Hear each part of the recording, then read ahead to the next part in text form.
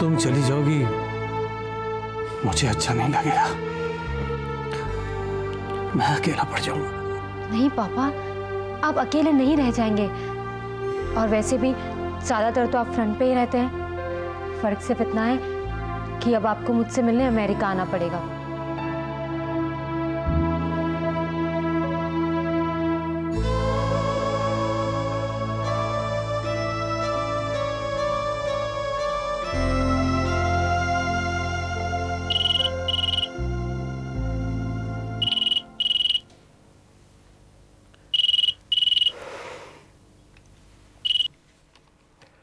Hello. Hello पापा। सिमरन बेटी, बेटी तुम कहाँ से बोल रही हो? मैं जहां भी हूँ पापा, पर आप एक बात बताइए, आप इस तरह से उदास क्यों बैठे हैं? मैं कहाँ? अब आप मुझसे झूठ बोल रहे हैं पापा। पापा, आप रिटायर होने के बाद मेरी शादी करवाना चाहते हैं ना? नहीं बेटे,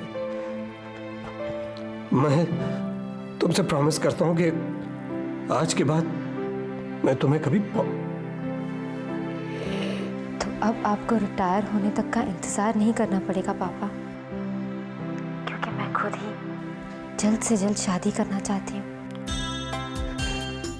सच बेटे, सच कह रही हो तुम? हेलो। सच पापा?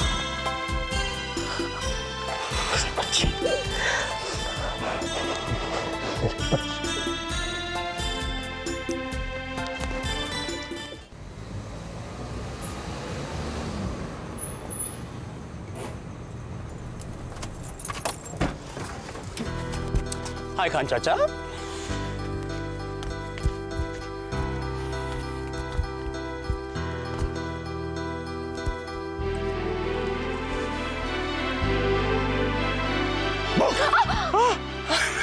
रिमझिम रिमझिम रिमझिम रिमझिम रिमझिम। आज मैं बहुत खुश हूं। क्या हुआ? अरे आज मेरी जिंदगी का सबसे बड़ा दिन है और ये सब तुम्हारी वजह से हुआ। अविनाश, आप... हाँ अंदर जा। ओके।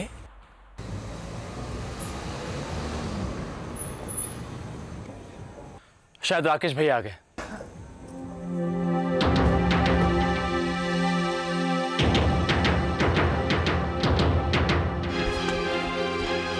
राकेश भैया? भैया क्या हुआ? भैया आपको चोट कैसे लगी? शुक्ला जी, भैया को चोट कैसे लगी? भैया क्या हुआ, बताते क्यों नहीं? चोट कैसे लगी आपको? भैया क्या हुआ राकेश को? पता नहीं दीदी, कुछ चोटें आई हैं शायद। राकेश? राकेश क्या हुआ बेटा? ये सब शुक्ला जी क्या हुआ? बैठो बेटा। क्या हुआ, तुम बोलते क्यों नहीं? भैया?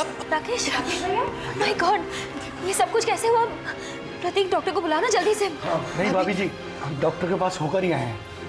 भैया बताइए ना, क्या एक्सीडेंट हुआ है क्या? क्या बोलता है डॉक्टर? कोई खास चोट तो नहीं आई है ना शुक्ला जी? शुक्ला जी, आप कुछ बताते क्यों नहीं? क्या हुआ? भैया की ऐसी हालत कैसे हुई? जानबूझकर अनजान बनने की कोशिश मत करो प्रतीक। भैया? राकेश, ये तुम क्या कह रहे हो बेटा?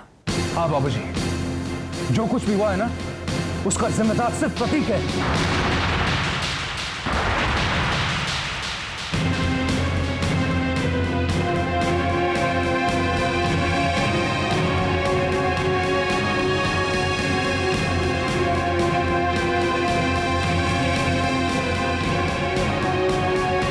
राकेश, तुम होश में तो हो? तुम्हें पता है तुम क्या कह रहे हो? आपको यकीन नहीं आता ना माँ? तो पूछे प्रतीक से। नहीं राकेश, आपको कोई गलतफहमी हो रही है। प्रतीक ऐसा कभी नहीं कर सकता। यशोदा, तुम इस मामले से दूर ही रहो तो अच्छा है। तो बेटा राकेश, तुम साफ साफ क्यों नहीं बताते कि तुम्हारी इस हालत का जिम्मेदार प्रतीक कैसे है? बाबूजी पूछिए प्रतीक से। क्या यह नहीं जानता था कि तिवारी फैक्ट्री में हड़ताल करवाने वाला है? और उसने इसे मारने की धमकी भी दी थी। तो ये तिवारी का किया करा है। मैं उसे लेकिन भैया अगर स्ट्राइक तिवारी ने करवाई है तो इसमें प्रतीक भैया की क्या गलती है? इसी ने भड़काया था उसे, और जहां तक मेरे सुनने में आया, इसने उस पर हाथ भी उठाया था। वो कोई आम आदमी नहीं है, यूनियन लीडर है वो। तो इसका ये मतलब नहीं कि वो तुम पर हाथ उठाए? उसकी इतनी हिम्मत कैसे हुई? तुमने पुलिस में फोन करके उसको अरेस्ट करवाया या नहीं? मां, उसने मुझ पर हाथ नहीं उठाया था। उसने तो सिर्फ इस फैक्ट्री में हड़ताल करवाई है। हाँ तो भैया बताते क्यों नहीं कि आपको मारा किसने है? वो एक्चुअली वर्कर बहुत भड़के हुए हैं। जब उन्होंने हड़ताल की बात की तो राकेश तिवारी को समझाने गए। बातों बातों में बात बढ़ गई। राकेश ने तिवारी पर हाथ उठा दिया, जिससे वर्कर और भड़क गए, और तिवारी के भड़काने पर उन्होंने राकेश को घेर लिया। और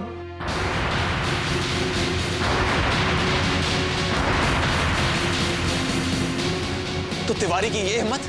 भैया आप बिल्कुल चिंता मत कीजिए, 24 घंटों के अंदर तिवारी जेल में होगा। शुक्ला जी, मैंने आपसे कहा था ना, पुलिस में कंप्लेन लिखवाइए। उसकी कॉपी किसके पास है? आपके पास है या ऑफिस में है?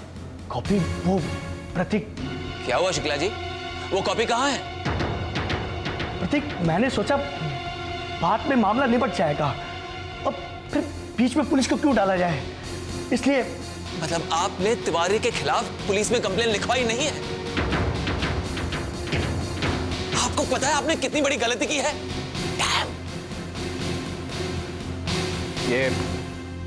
ये किस रिपोर्ट की बात कर रहे हैं आप लोग? हाँ? रहने दीजिए बाबूजी, अपना बचाव करने के लिए बहाने बना रहा है। गलती तो हमारी थी, जो हमने एक बार फिर मौका दे दिया इसे। भैया बस बस प्रतीक, बस।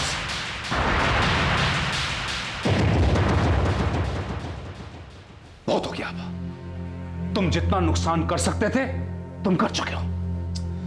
अब नहीं, अब नहीं।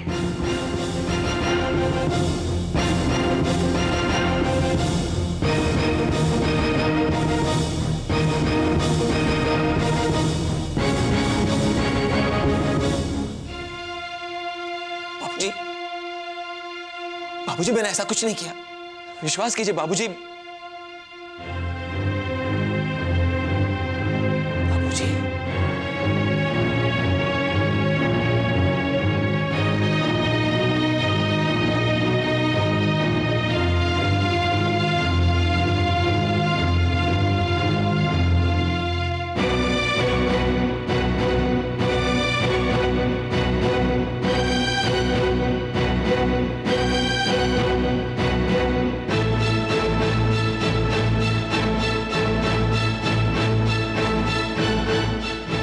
बस एक मौका और चाहिए, मैं सब ठीक कर दूंगा मां।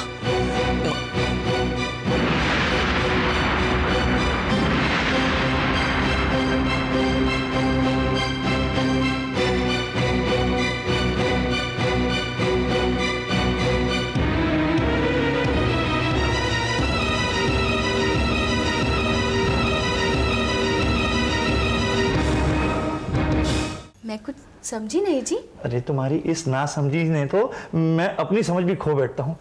खैर छोड़ो, देखो मैं तुम्हारे लिए क्या लाया हूँ। क्या लाए हो जी? तुम्हारे हाथों में 9 चूड़ियां।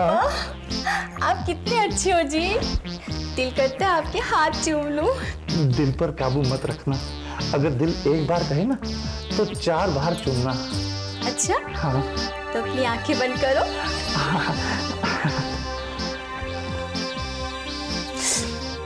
इसलिए मत भरो। हाय रब्बा। मुझे कहने दो। हाय रब्बा। तुम्हारे होठ बहुत गर्म है, बहुत ज्यादा ही अब बोलो हाय रब्बा, पहना 9 चूड़ियां। लाहौल बिलाखौल, छोड़ो मेरा हाथ। अरे अभी कैसे 9 चूड़ियों के 9 चुम्मी लगाना। ससुर के नाती। और तुम यहाँ खड़े खड़े क्या देख रही हो? चलो चलो यहाँ से। इसको कहाँ ले जा रही है? चलो फुटा। चूड़ियां पहनेंगी 9।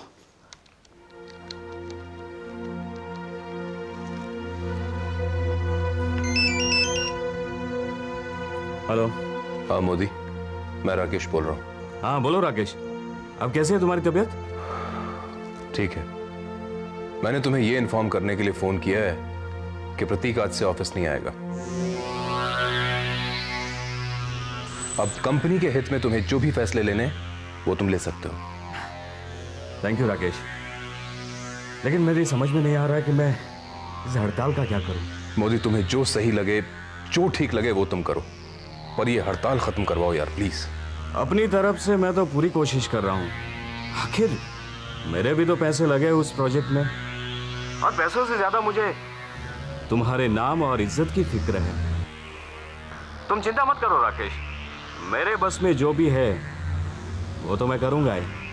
ओके? ठीक है, कोई काम होगा तो फोन कर लेना। Okay, take care, bye.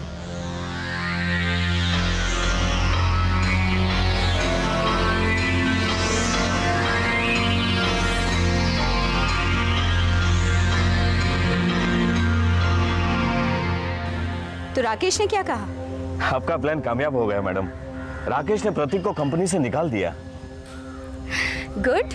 But sorry to ask, लेकिन इससे क्या फायदा होगा?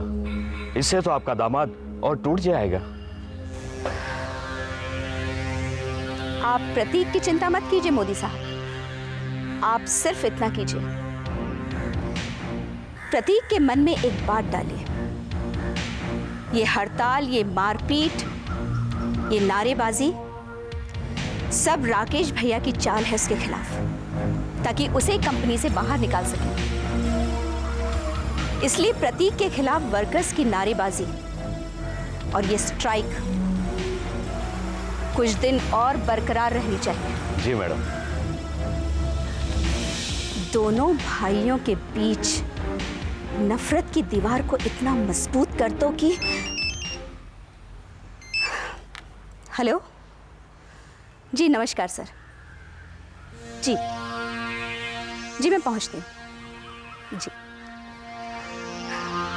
मोदी साहब। जी मैडम। मैं जरा जल्दी में। जी। पार्टी प्रेसिडेंट के साथ मीटिंग है अर्जेंट। जी मैडम। ओके।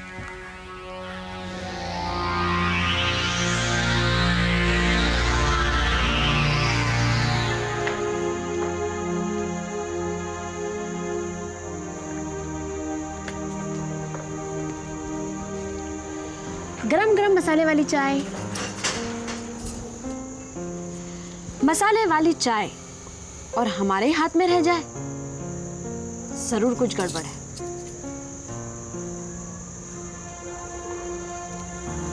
बाबूजी, आप अब भी परेशान हैं? भूल जाइए राकेश भैया की बात को। कैसे भूल जाऊं बेटा? समझ में नहीं आता ये कैसे हुआ। पिछले 40 सालों में एक बार भी ऐसा कुछ नहीं हुआ। पता नहीं गलती किसकी है, राकेश की या प्रतीक की। अब सोचता हूं तो इस बात का एहसास होता है कि शायद गलती मेरी ही है। एक्चुअली मुझे इतनी जल्दी रिटायर नहीं होना चाहिए था। लेकिन बाबूजी, आप रिटायर कहाँ हुए हैं? बाबूजी, आप इस घर की नींव हैं, और अगर आप डगमगा गए तो ये घर टूट सकता है। बाबूजी, आपको तो खुश रहना चाहिए, और सबसे जरूरी शांत। आपको शांत रहना चाहिए बाबूजी। शायद शांति मेरे नसीब में है ही नहीं, वरना ये जो हुआ ये ना होता। बाबूजी, हमें ये बताइए, ऐसा कौन सा घर है जहाँ दो भाइयों में झगड़ा नहीं होता? लेकिन इसका मतलब ये तो नहीं कि प्यार नहीं है। रिमझिम, अगर प्यार होता तो दोनों एक दूसरे को काटने नहीं दौड़ते। चिंता मुझे प्रतीक की होती। जब भी कोई नया काम शुरू करता है, कोई ना कोई अड़चन, कोई ना कोई मुसीबत सामने आ जाती है। बाबूजी, आप प्रतीक भैया के बारे में चिंता मत कीजिए। देखिएगा, एक दिन वो बहुत कामयाब होंगे, और सिर्फ अपने बलबूते पर। अब जो है ना, तुम मेरा दिल बहलाने की कोशिश कर रही। बाबूजी, आपको हम पर विश्वास नहीं है? इस मामले में रिमझिम तुम क्या कर सकती? अरे, वो हमको करना है ना, आप क्यों सोचेंगे? हम हम सब ठीक कर देंगे, लेकिन हमें आपकी मदद की जरूरत है। और वो क्या है? थोड़ा मुस्कुराइए, थोड़ा मुस्कुराइए ना। प्लीज। अरे मुस्कुरा भी दीजिए। ये हुई ना बात, चलिए चाय पीजिए। Thank you. वेलकम।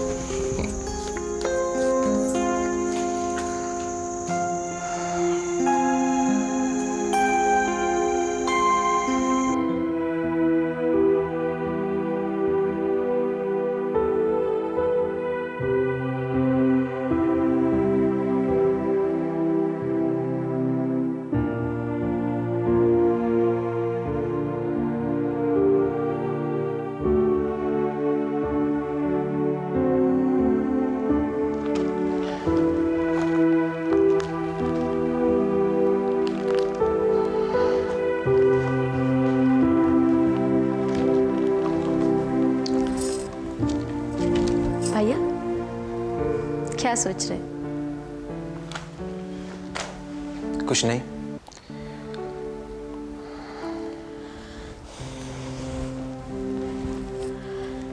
भैया आपसे एक बात पूछे?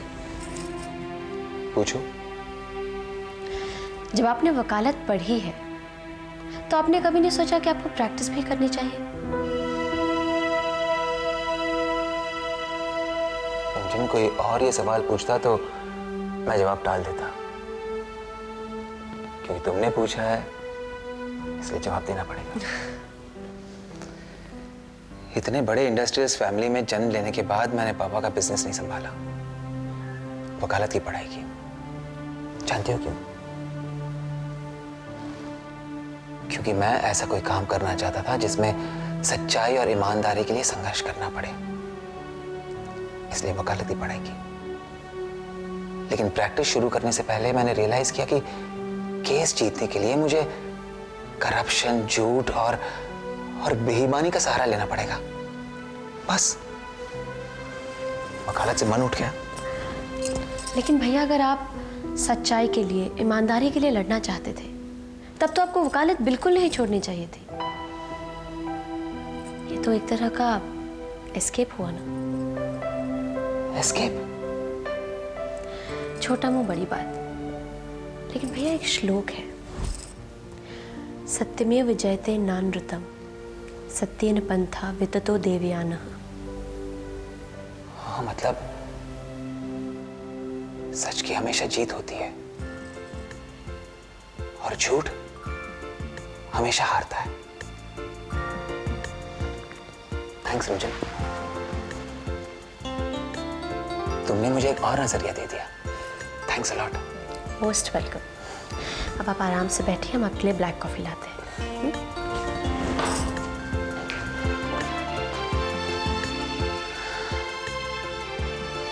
सच्चाई की हमेशा जीत होती है